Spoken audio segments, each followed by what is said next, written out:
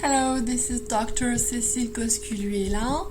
Welcome back to this ESL video on the IPA, the International Phonetic Alphabet. And on this video, before we do an exercise, I would like to go with you online to show you a few of the websites that you might find useful.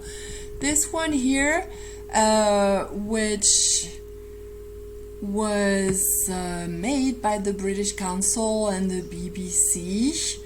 If you go down to the page, you can see that you can download the chart of the IPA symbol, which can be really useful. So that's what I did. I downloaded it, and therefore I can show you in a second what it looks like. Yes, so here it is. So this phonemic chart or phonetic chart presents the most used symbols of the IPA. And it is really handy because you can click on any of those symbols and hear the sound of the symbol. So for instance, this sound here. And then if you click on the little arrow there, you can hear examples. So for instance, phi. And this symbol works with works with that one, which is the sound you have in bathe. Okay, so all the consonant phonemes at the bottom here, and at the top the vowel phonemes. So we could, for instance, go over this one, Foot. as in Pull. and as opposed to this one, Ooh. as in Rule. or pool with double O. Okay, so really useful. I advise you to download this phonemic chart because it's really very handy. Now let's go back to the other sites that we can use.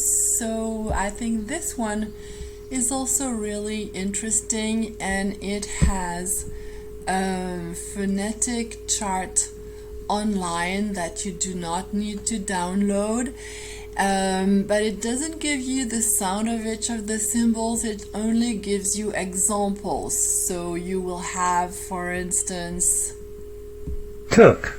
and Food. okay, or Pour.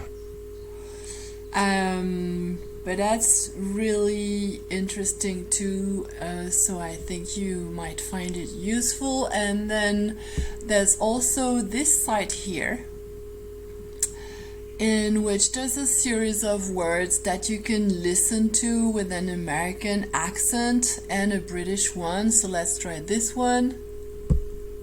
Arm. Father. And in British English, Arm. Father. yeah, okay. And on the same site, there are also lists of words you can listen to and repeat, That. Difficult. You. and so on and so forth. And you can look at the phonetic transcription at the same time. So I think it can be very useful for you to improve your pronunciation. And you can also, on the same website, take a test to test actually your English pronunciation. And one last site that I'd like to share with you, because I think it can be really useful for you to improve your pronunciation, ship or sheep. And then they have lots of minimal pairs. So let's try one of them, maybe this one.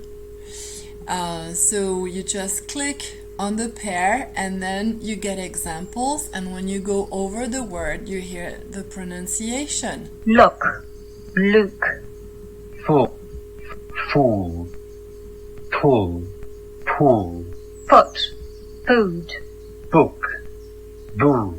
Okay, and even Luke booed the fool whose foot was. Luke booed the fool whose foot was in the food. okay, so really helpful for you to improve your pronunciation and also use dictionaries, especially as already mentioned, the Oxford Learners Dictionary, which is really interesting when it comes to checking pronunciation. Now let's go back to our exercise. So, do I have my PowerPoint document somewhere? Yes, there it is. Okay. Okay, so let me just go there and let's do that exercise together. So, an exercise in which there are phonetic transcriptions, and you can use at the same time, you share your screen and you check words in dictionaries or on the other websites that I showed you. So this transcription here is the transcription of the word say. The second one is says, and then the third one said. Okay, so you need to remember that only the verb base or the present tense, but not in the third person singular, has a diphthong, say. Otherwise, says and said, no diphthong.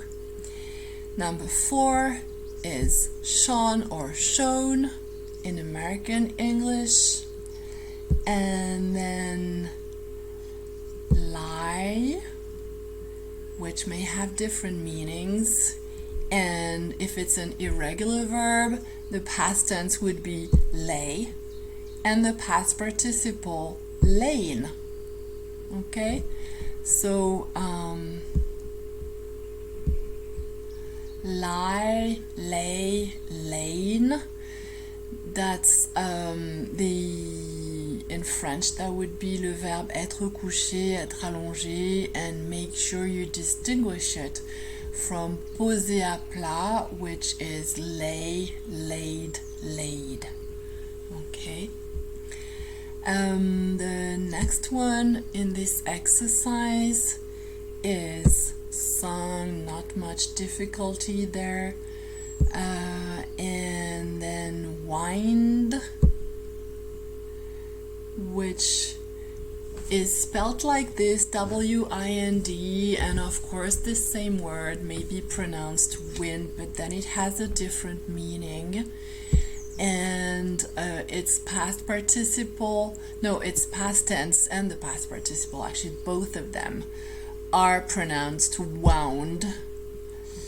And spelled W-O-U-N-D.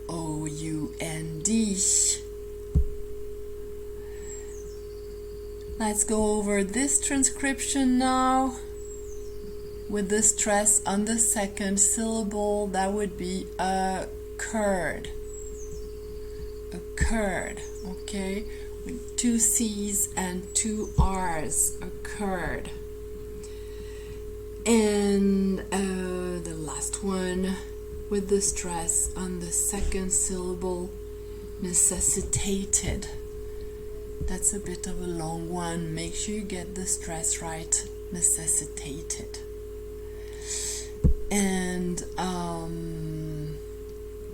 I guess that's it for this video.